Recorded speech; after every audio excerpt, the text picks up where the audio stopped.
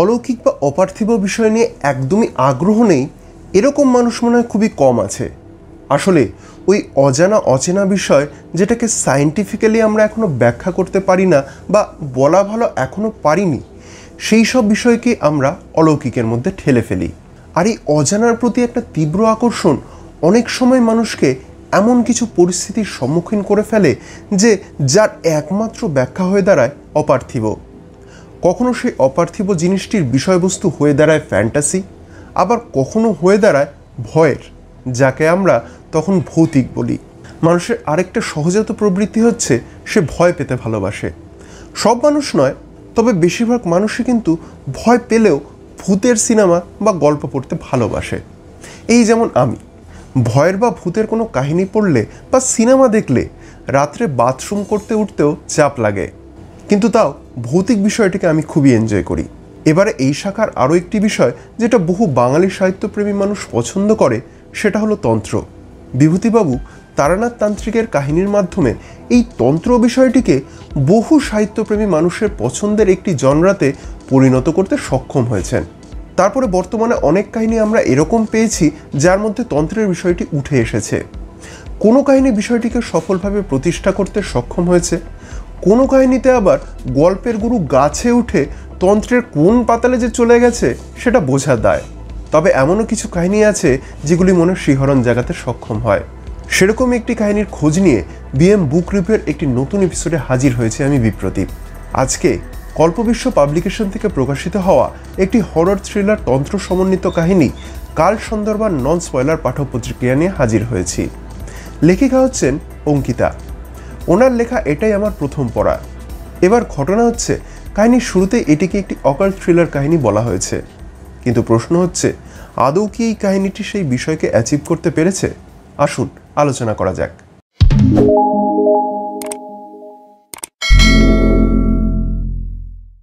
প্রথমেই আগে বইটির কাহিনী সম্বন্ধে নন স্পয়লার ভাবে একটু ধারণা দিয়ে নিই। নিজের বান্ধবী সোলাঙ্কি এবং তার বোন শাম্ভবীকে নিয়ে বোলপুরে নিজের মামার বাড়িতে বেড়াতে এসেছে কৃষ্ণা। কৃষ্ণার মামাবাড়ি অর্থাৎ উপাধ্যায় পরিবার সেই গ্রামের একটা বনেদি বংশ। বনেদি এই পরিবার আবার প্রচুর পরিমাণে ঠাকুর দেবতা মানে এবং সেই রিলেটেড সমস্ত রিচুয়াল পালন করে। এবছর রটন্তী পূজার দিন শাম্ভবীকে দিয়ে কুমারী পূজা করা হবে বলে ঠিক করে কৃষ্ণার দাদু তারকনাথ উপাধ্যায়। পুজোর দিন কুমারী পূজা চলাকালীন হঠাৎ করে শাম্ভবীর গলার জবার মালা নিজে থেকেই দপ করে জ্বলে ওঠে।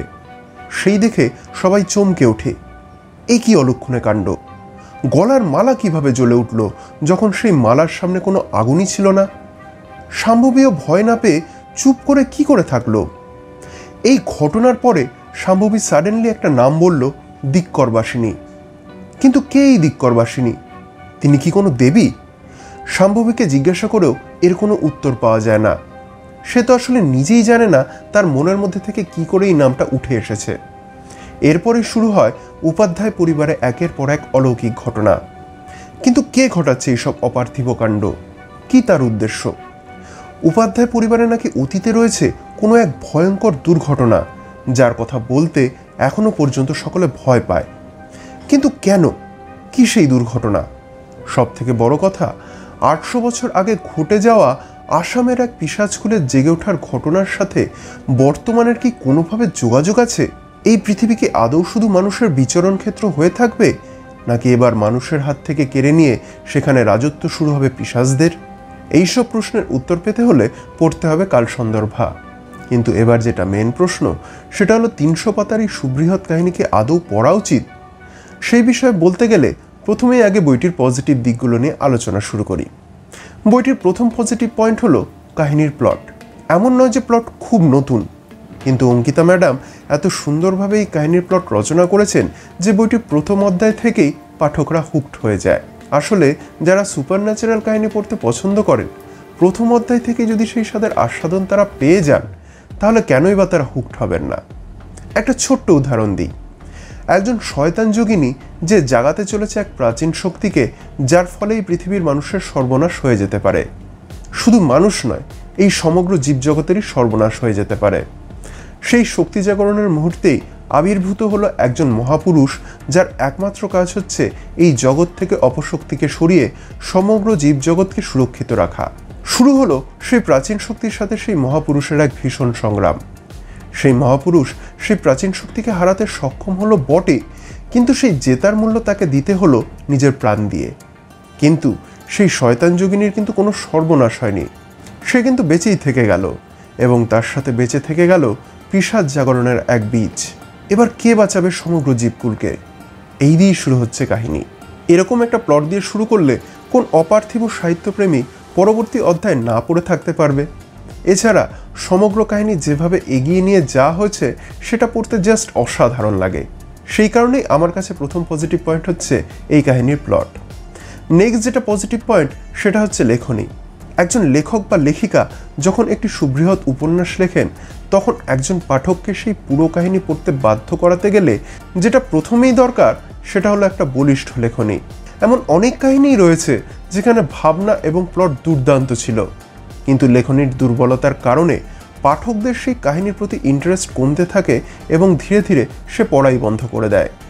কিন্তু এই কাহিনীর ক্ষেত্রে সেটা কিন্তু একদমই হয়নি, বরং কাহিনী যত এগিয়েছে লেখনী তত বলিষ্ঠ হয়েছে, এবং কিছু ক্ষেত্রে এমনও হয়েছে যে পরবর্তীতে কি হতে পারে সেটা প্রেডিক্ট করা গেলেও শুধুমাত্র লেখনীর গুণে সেই জায়গা একদম উপাদেয় হয়ে গেছে। সেই কারণেই লেখনী হচ্ছে আমার কাছে নেক্সট পজিটিভ পয়েন্ট। পরবর্তী পজিটিভ পয়েন্ট হচ্ছে এই কাহিনীতে অনেকগুলি জনরার সুন্দর মিশ্রণ রয়েছে। তন্ত্র রিলেটেড সুপার ন্যাচারাল কাহিনী এটা, সেখানে যে ভয় ব্যাপারটা থাকবেই এটা খুবই স্বাভাবিক, এবং সেই ভয় বিষয়টা অবশ্যই রয়েছে। কিন্তু এছাড়াও এই কাহিনীর মধ্যে থ্রিল এবং সাসপেন্স একদম ভরে ভরে রয়েছে। এক একটা অধ্যায় এমনভাবে শেষ হয়েছে যে মনে হতে থাকে যে এরপরে কি হতে চলেছে, যেটা থ্রু আউট সম্পূর্ণ স্টোরিতে লেখিকা ধরে রাখতে সফল হয়েছেন। এছাড়াও কাহিনীতে কিন্তু পরতে পরতে রয়েছে বিভিন্ন টুইস্ট অ্যান্ড টার্ন। কিছু টুইস্ট অ্যান্ড টার্ন প্রেডিক্ট করা যায়, আবার কিছু একদম হতবাক করে দেয়। আর শুধু তাই নয়, এর মধ্যে রহস্য এবং অ্যাডভেঞ্চারও রয়েছে, এবং সেই জায়গাগুলি পড়তে পড়তে রীতিমতন অ্যাড্রিনালিন ক্ষরণ হয়। কিন্তু যেটা হচ্ছে মেন ব্যাপার সেটা হচ্ছে এই বিষয় বা জনরাগুলিকে কোথাও ফোর্সড ফিল হয় না। খুব সুন্দরভাবে সমস্ত ব্যাপারটাকে গল্পের মধ্যে প্লেস করা হয়েছে। তাই এই কাহিনীতে ব্যবহৃত অনেকগুলি জনরার সুন্দর মিশ্রণ আমার কাছে একটি positive point. Next positive point হচ্ছে ক্যারেক্টার ডেভেলপমেন্ট। কাহিনীর যারা মেন ক্যারেক্টার রয়েছে তাদের কাহিনী অনুযায়ী ডেভেলপমেন্ট খুবই ভালো হয়েছে। অলমোস্ট সবগুলি ক্যারেক্টারের মোটিভকে খুব সুন্দরভাবে প্রতিষ্ঠিত করা হয়েছে এবং সেগুলিকে বিশ্বাসযোগ্য করা হয়েছে।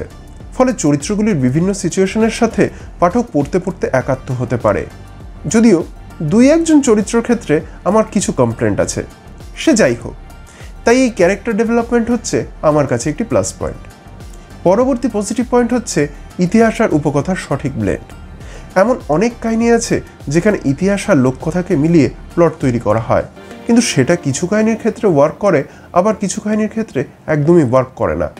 তার কারণ ইতিহাস আর উপকথাকে যদি সঠিকভাবে ব্লেন্ড না করা যায় তাহলে সেটা কিন্তু অনেক সময় গল্পের পারপাসকে সঠিকভাবে সার্ভ করতে পারে না। কিন্তু এই গল্পের ক্ষেত্রে সেটা কিন্তু হয় না। সেই ব্লেন্ডটাকে এখানে খুব সুন্দরভাবে দেখানো হয়েছে। কিছু ক্ষেত্রে টেকনোলজিক্যাল হেল্প নেওয়া হয়েছে, যেটা বর্তমানকালে ইউজ না করলেই সেটা একটা বড় নেগেটিভ পয়েন্ট হতো। তাই এই ইতিহাস আর উপকথার সঠিক ব্লেন্ড আমার কাছে পজিটিভ পয়েন্ট।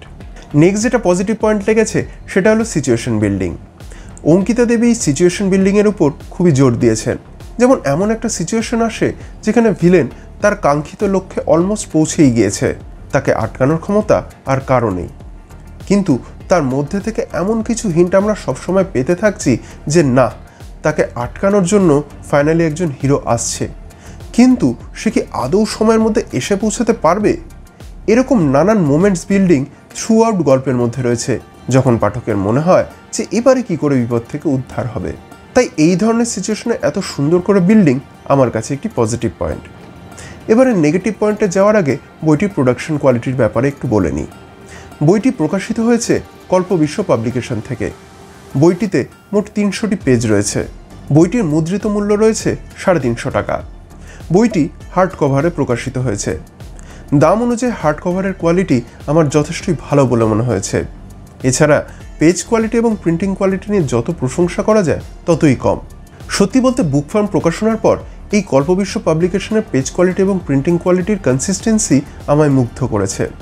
এছাড়া প্রুফ রিডিংকেও আমার যথাযথ বলেই মনে হয়েছে, কারণ এত বড় একটি বইতে একটি মাত্র মুদ্রণ প্রমাদ আমার চোখে পড়েছে, যদিও সেটা পড়ার পথে কোনোভাবে বাধা হয়ে দাঁড়ায়নি। ফন্ট সাইজ খুব বড়ও লাগেনি, আবার ছোটও লাগেনি। যে ধরনের ফন্ট সাইজ ইউজ করা হয়েছে তা পড়তে আমার কোনো রকম কোনো অসুবিধা হয়নি। এবারে নেক্সট যেটা বলার সেটা হলো প্রচ্ছদ এবং অলঙ্করণ নিয়ে। বইটির প্রচ্ছদ করেছে তৃষা আঢ্য। বইয়ের টপিক অনুযায়ী ওনার তৈরি করা প্রচ্ছদ আমার যথাযথ লেগেছে, তবে এটা আমার পার্সোনাল থিঙ্কিং, বইটির প্রচ্ছদ আমার তেমন কিন্তু নজর কাড়েনি, বরং বইটির ভূমিকা এবং ব্লার পড়ে আমার প্রথম ইন্টারেস্ট জেগেছিল। কিন্তু তার মানে এই নয় যে প্রচ্ছদটি খারাপ, প্রচ্ছদটি কিন্তু একদম যথাযথ, খালি আমার সেরকম পছন্দ হয়নি, এটাই বললাম।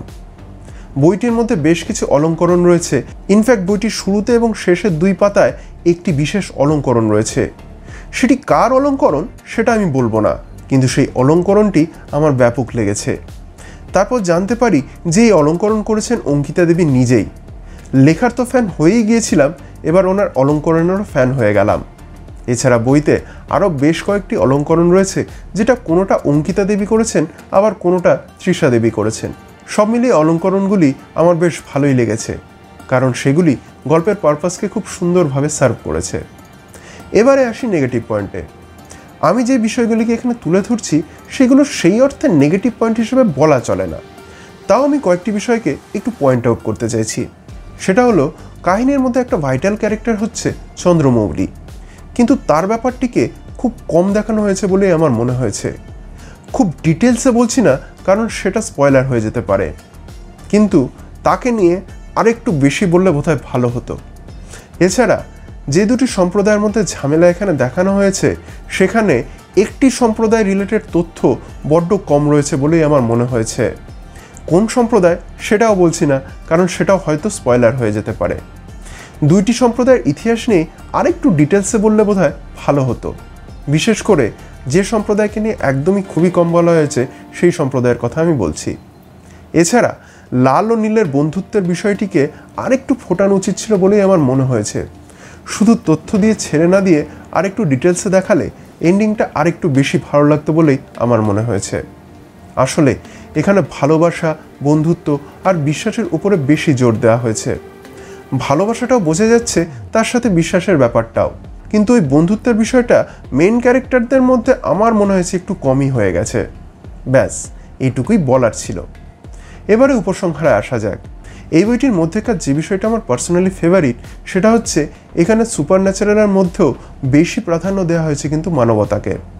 একজন সাধারণ মানুষ যার কাছে কোনো রকম কোনো সুপার ন্যাচারাল পাওয়ার নেই, শুধুমাত্র বুদ্ধি আর সাহসের উপর ভর করে সে সেই অতি প্রাকৃতের সাথে লড়াইয়ে নেমে যাচ্ছে, যেখানে সে জানে যে যদি তার কোনো ভুল হয় তাহলে তার মৃত্যু অবশ্যম্ভাবী। তাই এই কাহিনীর ব্লার্বে যেরকম দেওয়া হয়েছে, সেরকমই এই কাহিনীতে সত্যিই প্রাধান্য দেওয়া হয়েছে ভালোবাসা, বিশ্বাস আর বন্ধুত্বকে, যেটা সাথে থাকলে সত্যিই মনে হয় যে কোনোই বাধা আসুক, তা সে যতই সুপার ন্যাচারাল হোক না কেন অতিক্রম করা যায়। তাই ভিডিওর শুরুতে যে প্রশ্নগুলো আমি রেখেছিলাম যে এই কাহিনী কি আদৌ পড়া উচিত, বা এটি কি সত্যি অকাল্ট থ্রিলার হতে পেরেছে, অকাল্ট থ্রিলার হতে পেরেছে কিনা তা আশা করছি আমার আলোচনার মাধ্যমে আমি ক্লিয়ার করে দিতে পেরেছি। আর যারা ভৌতিক রহস্য থ্রিলার সাহিত্যপ্রেমী মানুষ রয়েছেন, তাদের কাছে আমি অতি অবশ্যই এই কাহিনী রেকমেন্ড করতে চাই। এই কাহিনী পড়ে এক মুহূর্তের জন্য নিরাশ হবেন না। আর হ্যাঁ, কাহিনীর যে শেষ হয়নি সেটা কিন্তু শেষ অধ্যায় থেকে ক্লিয়ার হয়ে যায়। তাই সেই দিক থেকে শাহরুখ বাবুর কথায় বলতে হয় সেই ডায়লগ, পিকচার অভি বাকি হ্যায় মেরে দোস্ত। আমি অলরেডি এর পরবর্তী পার্ট জোগাড় করে নিয়েছি। খুব তাড়াতাড়ি সেই সেকেন্ড পার্টেরও পাঠক প্রতিক্রিয়া নিয়ে আসার চেষ্টা করব। তো বন্ধুরা, এই ছিল আজকের পাঠক প্রতিক্রিয়া। আমার এই কাজ যদি ভালো লেগে থাকে তাহলে এই ভিডিওটি লাইক এবং কমেন্ট করার এবং শেয়ার করার অনুরোধ রইল। আর হ্যাঁ, আমার কাজ যদি যোগ্য বলে মনে হয় তাহলে আমার চ্যানেল BM বুক রিভিউ সাবস্ক্রাইব করে আমায় সাহায্য করারও অনুরোধ রইল। দেখা হবে পরবর্তী ভিডিওতে। সকলে ভালো থাকবেন, সুস্থ থাকবেন।